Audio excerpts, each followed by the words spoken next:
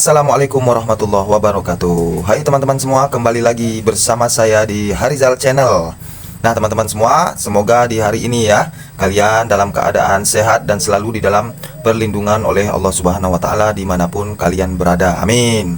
Teman-teman semua, konten di sore hari ini ya, tepat di tanggal 6 Februari di hari Selasa ini. Nah, saya akan berbagi informasi nih teman-teman tentang Bitcoin seperti biasa ya teman-teman ya. Karena juga market saat ini masih dalam keadaan yang belum ada kenaikan atau penurunan yang secara signifikan.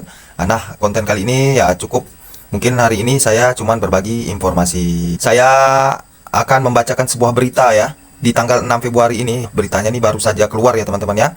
Bitcoin siap-siap, harga Bitcoin bisa melonjak dalam waktu dekat. Oke, kita lanjut. Bitcoin kembali menjadi perbincangan hangat nih teman-teman di dunia kripto ya, setelah mengalami pasang surut yang cukup signifikan ya.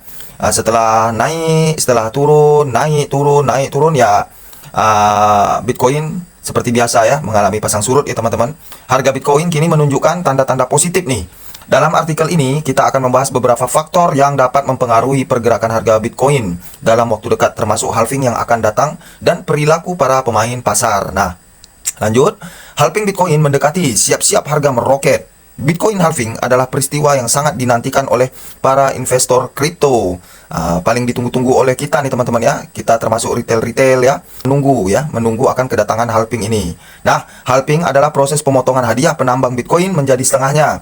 Hal ini akan terjadi pada April 2024 mendatang, kurang lebih sekitar 2 bulan lagi nih teman-teman ya. Apakah teman-teman semua sudah bersiap untuk menyambut halving?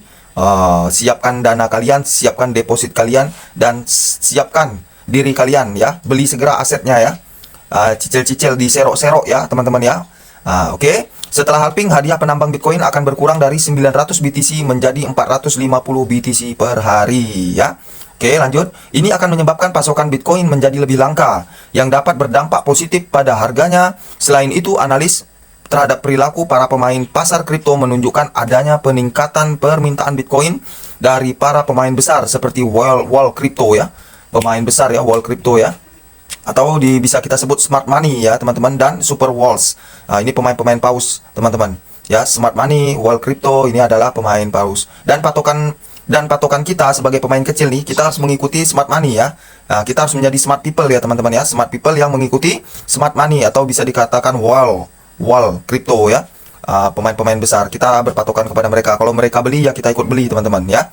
Oke, mereka telah mengakumulasi Bitcoin dalam jumlah besar dalam beberapa bulan terakhir. Hal ini menunjukkan bahwa mereka yakin harga Bitcoin akan naik dalam jangka panjang. Oke, lanjut. Perilaku pemain pasar kripto, siapa yang akumulasi, siapa yang distribusi. Oke. Nah, analis lebih lanjut terhadap perilaku para pemain pasar menunjukkan adanya perbedaan pola akumulasi dan distribusi Bitcoin di antara berbagai kelompok. Kelompok pemain yang lebih kecil seperti Shrimp, pemegang kurang dari 1 BTC ya, termasuk saya ya. Jauh malah dari 1. Telah menambahkan 19,500 BTC ke kumpulan mereka dalam 30 hari terakhir.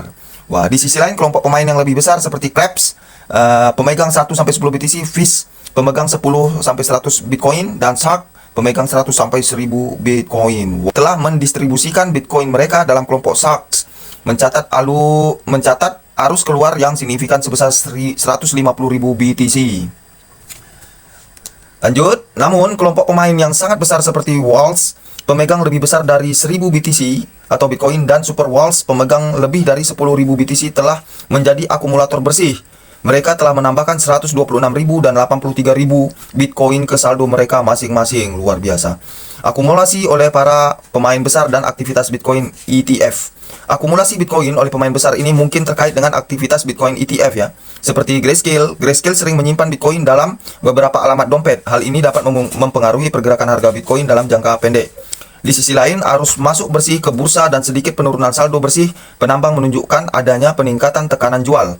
Namun, secara keseluruhan, semua kelompok ya pasar Bitcoin menunjukkan akumulasi bersih sekitar 61.000 Bitcoin. Angka ini lebih dari 4 kali lipat dari penerbitan bulan setelah peristiwa halving yang akan datang. Jika permintaan ini terus berlanjut teman-teman, di tengah berkurangnya pasokan, hal ini dapat memberikan tekanan ke atas para kinerja harga Bitcoin. Wah, luar biasa. Oke, paragraf penutup. Dengan adanya halving Bitcoin yang semakin dekat dan perilaku positif dari para pemain pasar, harga Bitcoin diperkirakan akan mengalami peningkatan dalam waktu dekat. Namun penting untuk dicatat nih teman-teman ya, bahwa pasar kripto sangat fluktuatif dan tidak dapat diprediksi dengan pasti. Oleh karena itu, kamu harus selalu berhati-hati dan melakukan riset sebelum berinvestasi dalam Bitcoin atau aset kripto lainnya ya teman-teman. Nah itu tadi sedikit gambaran atau berita ya tentang keadaan Bitcoin hari ini sampai menuju halving nanti ya. Jadi disclaimer nih ya teman-teman ya, konten ini bertujuan memperkaya informasi penonton ya dan pembaca ya. Selalu lakukan riset dan mandiri dan gunakan uang dingin kalian sebelum berinvestasi.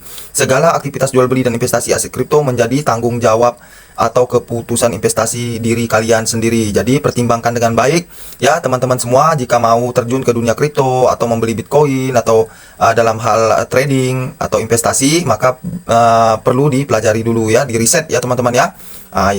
Oke teman-teman, mungkin itu saja teman-teman, dan inilah aset-aset yang kemarin saya sempat beli dan belum mengalami kenaikan ya. Masih kita tunggu keadaan marketnya nanti ke depan bagaimana ya.